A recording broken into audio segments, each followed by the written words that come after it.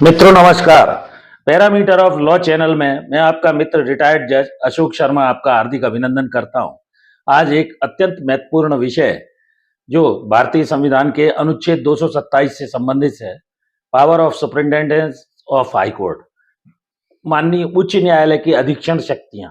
प्रत्येक राज्य में उच्च न्यायालय होता है, उसके अधीन डिस्ट्रिक्ट कोर्ट होती हैं, अन्य कोर्ट्स होती हैं, जो भी है। तो आर्टिकल 227 ऑफ द कॉन्स्टिट्यूशन या भारत के संविधान का अनुच्छेद 227 ये कहता है कि भारत के संविधान के अनुच्छेद 227 के तहत हाईकोर्ट के अधीन जितनी भी कोर्ट्स हैं, सभी न्यायालयों पर उनकी पावर ऑफ सुपरिंटेंडेंस होती है, चाहे वो ट्रिब्यूनल हो, चाहे वो डिस्ट्रिक्ट कोर्ट हो। उस अधिकारिता के अंतर्गत वो उनके फैसलों को देख सकता है, दस्तावेजों को मंगा सकता है, ये आपको जानना चाहिए। उनके रिटर्न्स मंगा सकता है, विवरणी मंगा सकता है, नक्शे मंगा सकता है, कितने केस इंस्टीट्यूट हुए, कितने केसेस का डिस्पोजल हुआ, किसमें क्या कार्यवाही की गई, इसको बोलते हैं विवरणी।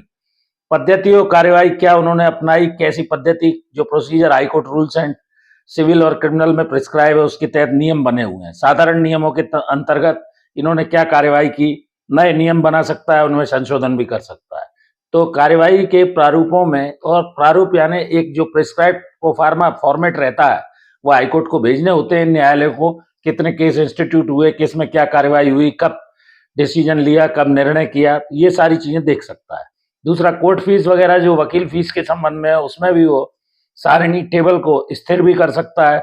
दूसरा, वहां के कितने अधिकारी हैं, कितने लिपिक हैं, कितने अधिवक्ता, उनको पालन करने के लिए कुछ आवश्यक दिशा निर्देश अगर ऐसा लगता है तो वो कानून के अंतर्गत नीचे की कोर्टों को दे सकते हैं। ये आपको जानना चाहिए। लेकिन इसमें जो भी नियम हाईकोर्ट बनाएगा उसमें गवर्नर का, राज्यपाल का, जो कि राज्य का गवर्नर है, उसका अप्रूवल यानी आवश्यक होगा। ये आपको जानना चाहिए। एक इसका अपवाद है, एक्सेप्शन है, वो ये है कि जो सशस्त्र बल है, मार्टियल कोर्ट्स हैं, सेना से संबंधित न्यायालय हैं, मैंने अलग से भी एक वीडियो डाला हुआ है। उन सशस्त्र सेनाओं से संबंधित जो भी बल है उन पर इसकी कार्यवाही उच्च न्यायालय की प्रभावी नहीं होगी।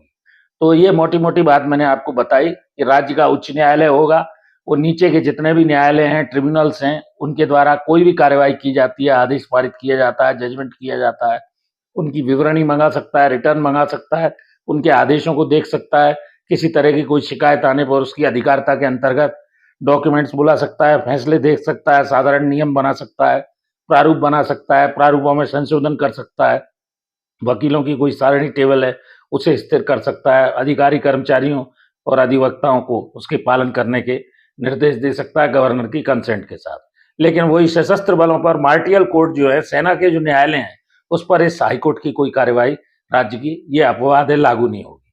तो वीडियो कैसा लगा, इसको सभी मित्रों, दोस्तों, पढ़ने वाले, कानून से संबंधित किसी भी प्रतियोगी परीक्षा के जो भी विद्यार्थी उन्हें भेजिए, लाइक कीजिए, शेयर कीजिए, जुड़े रहिए इसी सब तरह की महत्वपूर्ण जानकारियों के लिए पैरामीटर ऑफ लॉ चैनल से। एक और अनुरोध है, मेरी धर्मपत्नी श्रीमती अर्चना शर्मा का भी एक यूट्यूब पर चैनल है, अर्चना आरटी हब के नाम से, उसे भी देखिए।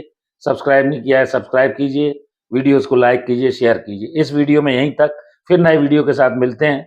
Thank you for watching this video. नमस्कार।